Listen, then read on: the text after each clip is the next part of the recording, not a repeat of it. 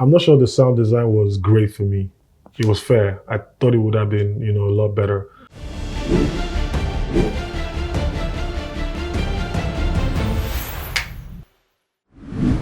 Hello, everyone, and welcome to another episode of It's a Wrap brought to you by Pulse, where we discuss everything movies as regards Nollywood.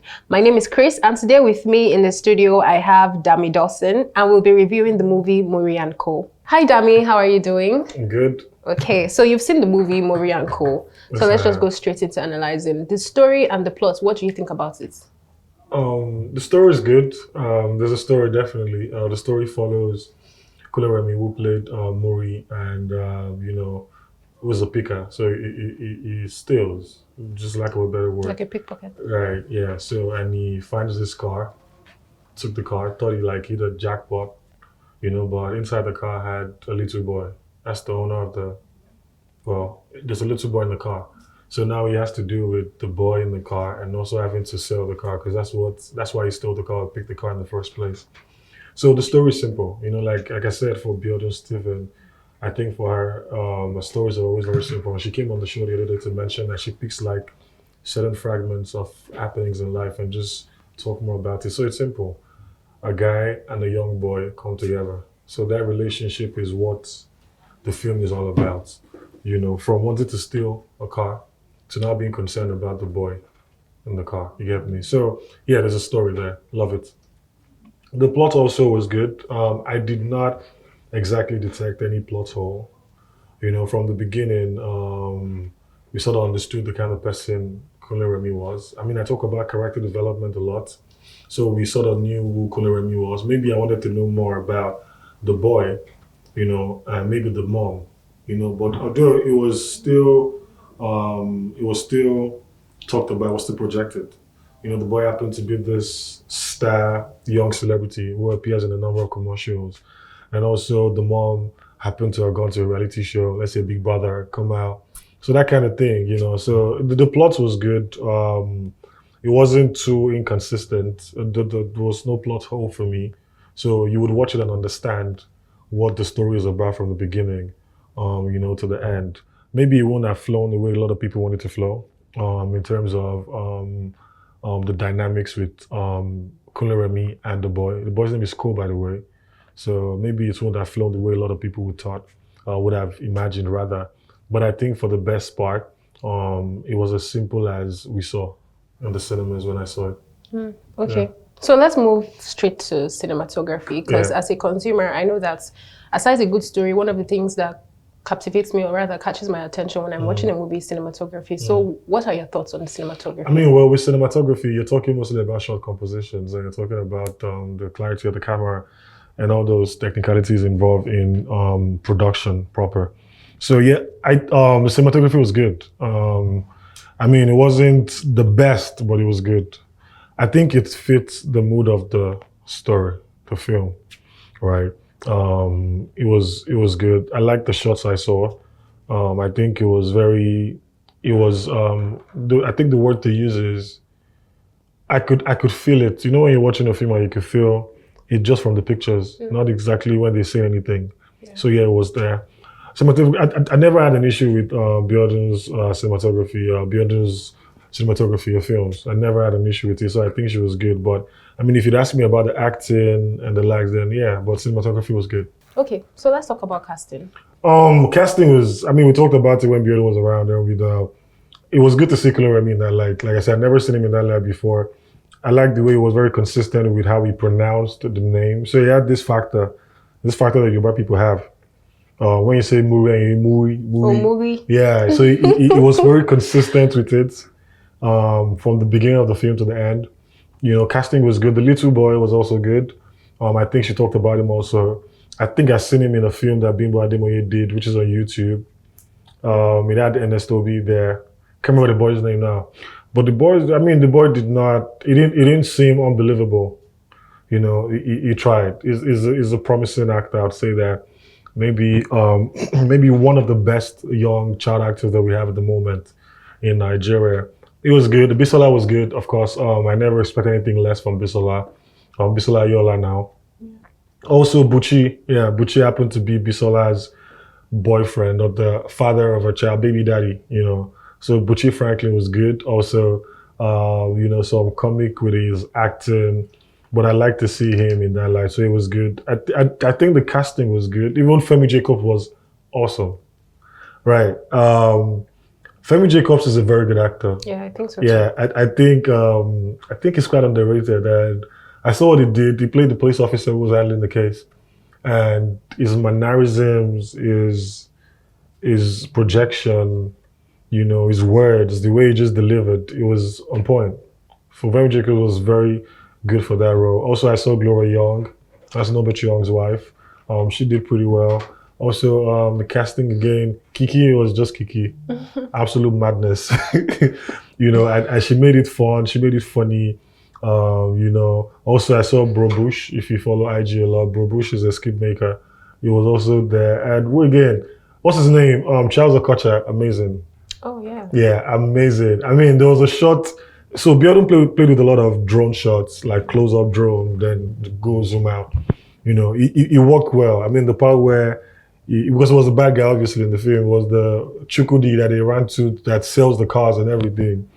So Charles Okocha was very good with his display. It was believable, and even he still brought his own comic. The way he cries or laughs, we are confused what is exactly do if he's crying or he's laughing.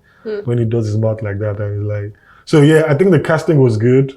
Yeah, the casting was good. That I don't have a problem with the casting. I also want to talk about the elements that Biodun adopted in the story. So a situation where something goes live. She adopted some moments of reality in the film. So you see a story where the way social media is now, something goes viral. Yeah. There's a particular person that's jumping on the camera and talk about it. Yes. She had to bring a very dark man, but not the very dark man that we knew. She brought someone else. She had to bring someone CEO. You know what I'm talking about? Yeah. She had official CEO. She had a very, very, very dark man. So the guy came. You say, yes, we are here again with the spiota. I was with this. So she was very in tune with. So I mean, if you talk about relatability, with the audience, when you see that part, you laugh, and you obviously know she's talking about a very dark man and maybe Blessing CEO.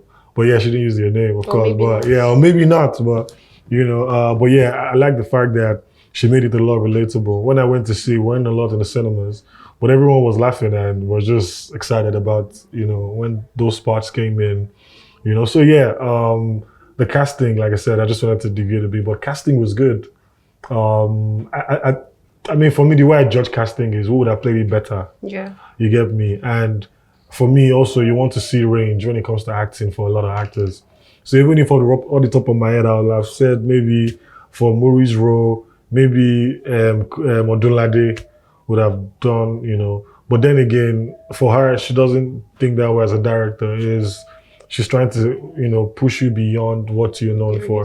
And Kunle Remi did an absolutely fantastic job there. Because, I mean, to be consistent with that persona throughout the film, regardless of the number of cuts they had, that's good acting.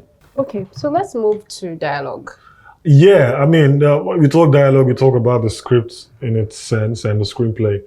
The dialogue was good. It was good. I mean, I like the dialogue between Kunle Remi's character, that's Muri An Ko, and the boy Ko. It was fluid. It wasn't robotic. It wasn't like it wasn't too rigid in terms of how it was going. The flow.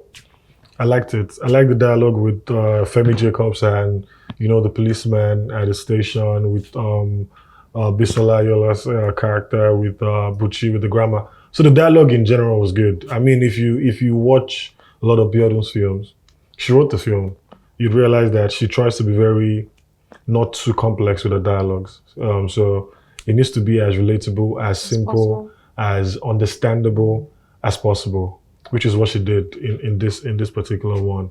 So yeah, dialogue was good. Screenplay was good. Screenplay was good. Yeah, it was good. So moving on to sound. Sound was, so I'm not really sure about the sound in general, but that would, I mean, if you don't pay attention, you might probably miss it. Like I keep on saying, sound design is very important in filmmaking. People don't really know this. They don't know, but sound design is key. There are lots of things, lots of mishaps or mistakes that sound design can cover, right? In filmmaking. I wasn't really, I'm not sure the sound design was great for me.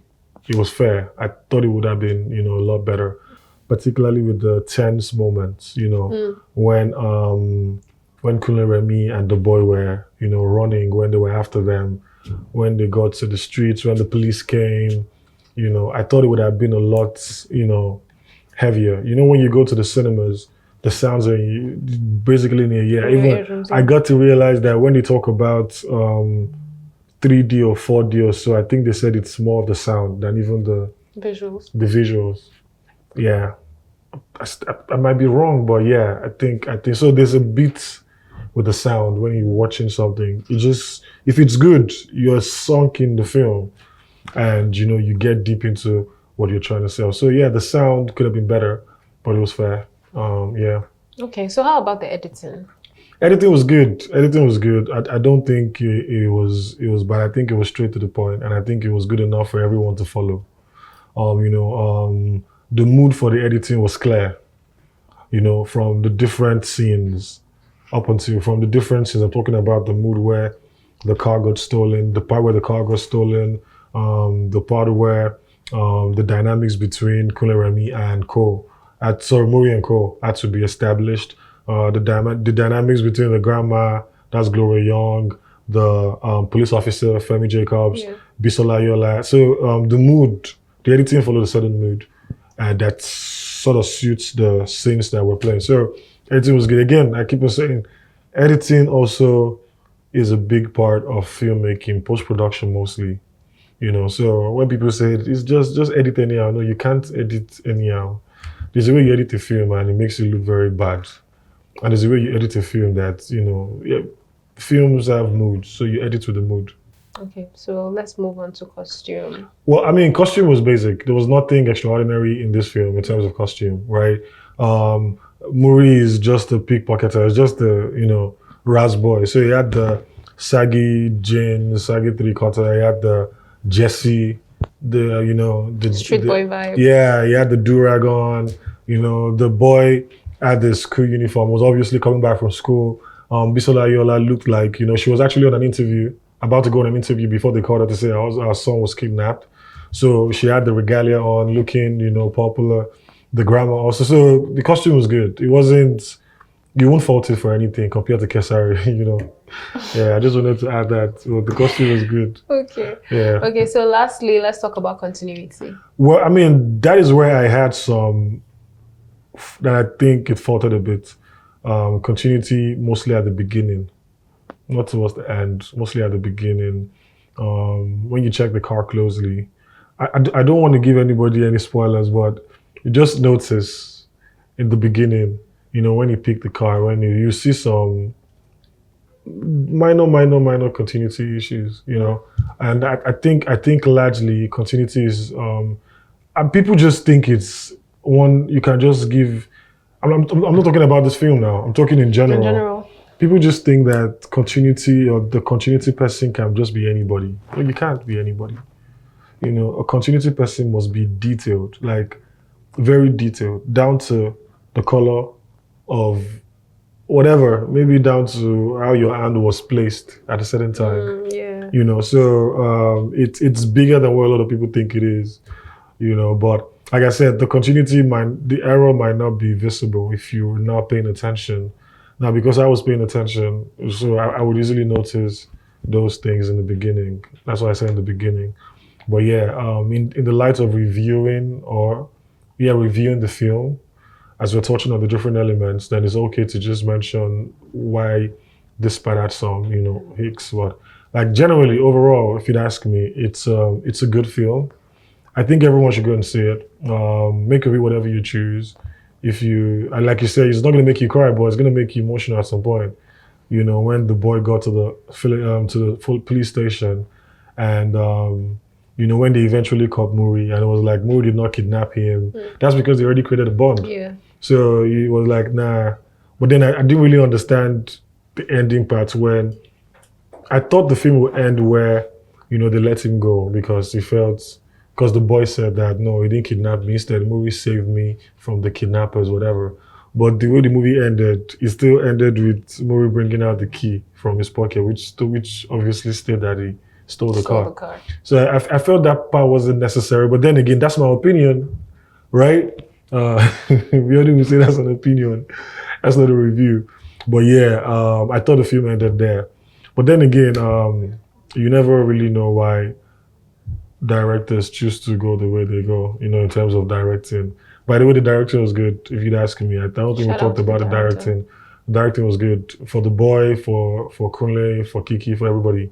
It was good direction. You know what I'm saying? So yeah. Yeah. Overall, it's just a good film. Okay, It's a good film.